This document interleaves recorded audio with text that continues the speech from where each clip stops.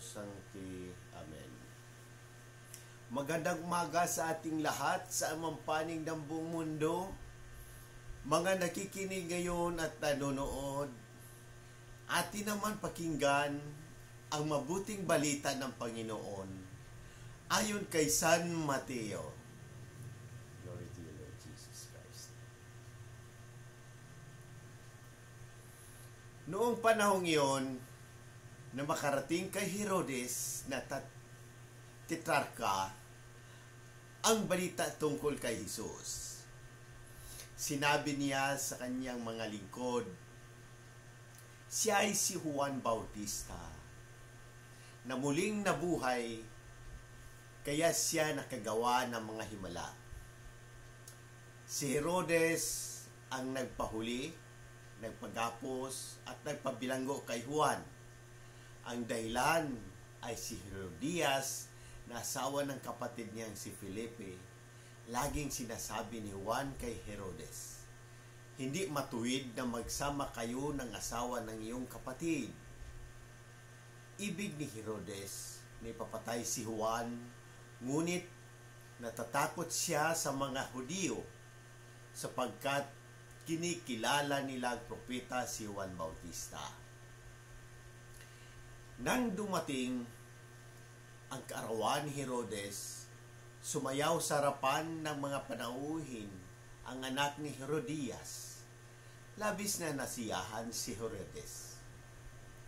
Kaya't isinumpa niyang ibibigay sa dalaga ang anumang hingi nito sa udyok ng kanyang ina. At sinabi ng dalaga, ibigay po ninyo sa akin ngayon din sa isang pinggan ang ulo ni Juan Bautista. Nalungkot ang hari, ngunit dahil sa kanyang pangakong narinig ng mga panauhin, inuutos niyang ibigay iyon sa dalaga. Kaya't pinapugutan niya si Juan sa bilangguan. Inilagay ang ulo sa isang pinggan at ibinigay sa dalaga. Dinala naman ito ng dalaga sa kanyang ina. Dumating ang mga alagad ni Juan, kinuha ang kanyang bangkay at inilibing, pagkatapos ibinalita nila ito kay Jesus. Ang mabuting balita ng Panginoon. Praise to you, Lord Jesus Christ. Pagnilayan natin bilang Romano Katoliko, ang kwento ng pagpugot kay Juan Bautista ay isang malungkot at nakakagulat na pangyayari sa Ebanghelyo. Ipinapakita nito ang kaguluhan sa pagitan ng paggawa ng tama at ang pagnanais na mapanatili ang kapangyarihan at kasiyahan.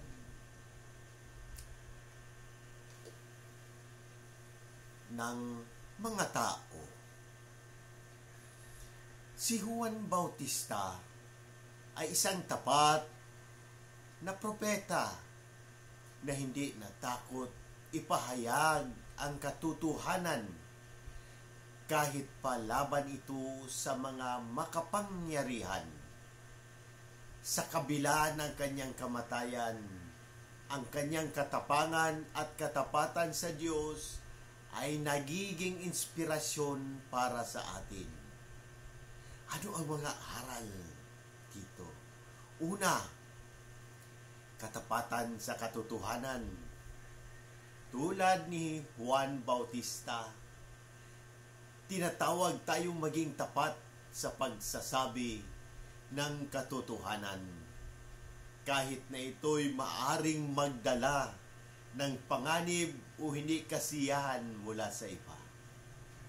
Ang paggawa ng tama ay mas mahalaga kaysa sa paging popular o nasa kapangyarihan. Mga pagsubok sa pananampalataya.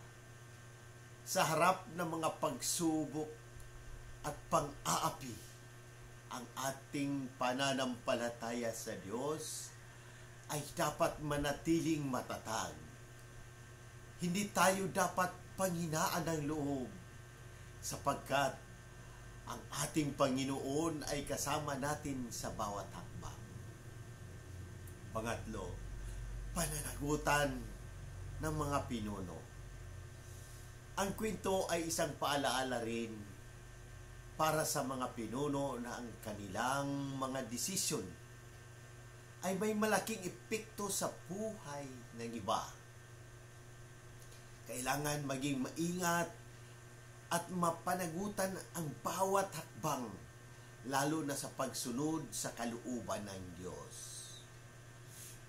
Sa ating panalangin, Panginoon, bigyan mo kami ng isang lakas ng loob at tapang na tularan si Juan Bautista sa pagiging tapat sa iyo at sa iyong mga aral.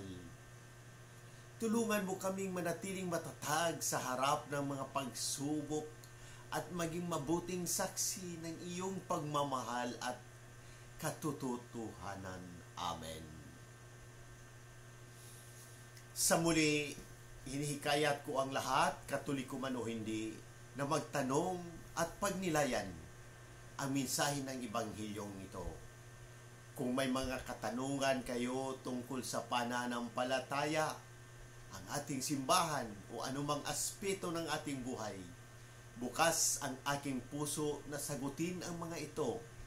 Sama-sama natin pagnilayan at pahalagahan ang habag at pag-ibig ng Diyos na ipinapahayag ni Jesus sa Ebanghilyong ito. Sa pamamagitan ng ating mga gawain at salita, naway maging daluyan tayo ng habag at pagmamahal ng Diyos sa lahat ng tao. Amen. In nomine Patris et Filii et Spiritus Sancti. Amen. God bless.